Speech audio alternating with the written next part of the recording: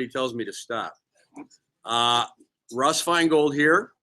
I am extremely excited to be here in Milwaukee, but also Skyping to all of you in 30 different cities across the state.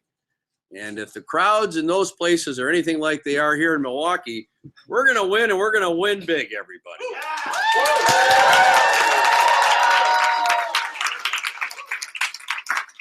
What we're pushing hard this week is the fact that this is early voting time.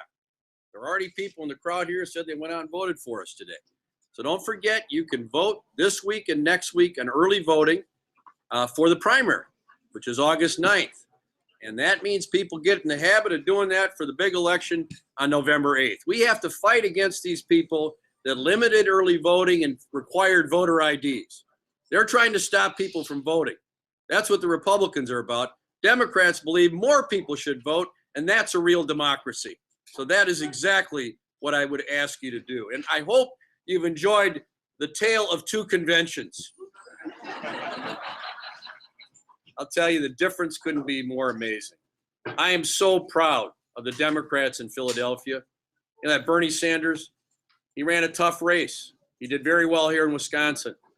But it was time to help our nominee. He gave a great speech, and he put her over the top for delegates. So I want to thank Bernie Sanders and his supporters for what they've done to make this a great convention. There were a lot of other good speeches. And some of the speeches at the Republican convention weren't so good. It was a little strange at times. Instead of unity, like we've had, they had Ted Cruz up there saying he wouldn't support Donald Trump while Donald Trump was waving his arms at him. It was more like a World Wrestling Federation show than it was a political convention. So obviously we're the party that's more unified. And we know there are terrible problems with the idea of Donald Trump being president. I mean, you can see anything on a given day, like yesterday, his comments about suggesting that Russia should hack into our emails. This is not something a president or candidate for president should be saying. And, you know, I got to believe that he has a problem even concentrating. You know, the night after his big speech, he's already going after Ted Cruz the next day. Look, a president has to be able to concentrate. I'll tell you something. I've worked with Hillary Clinton. I've never seen anybody with more focus and more ability. She is completely ready to be president of the United States, and we need to make her president of the United States on November 8th.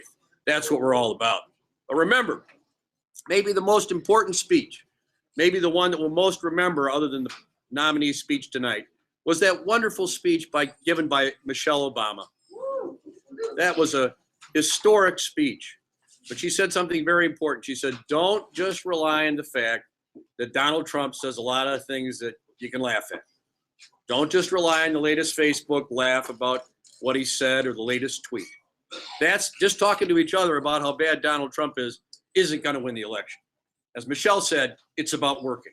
It's about working every single day. As of this Sunday, it's exactly 100 days to the election. Now, who's counting? Obviously, I'm counting. And everybody has to take this seriously. Getting every single person out to vote, knocking on doors, and doing all you can. And I would urge you to sign up each for a couple of volunteer shifts if you can during this period. So I'm excited. Our campaign for the Senate and our campaign nationally is about making sure that middle income and working families can pay the bills, that hard work is rewarded, and that corporations and billionaires don't control our economy and control our lives and control our democracy. So they took our unity away from us in our state, but we're going to get our unity back now.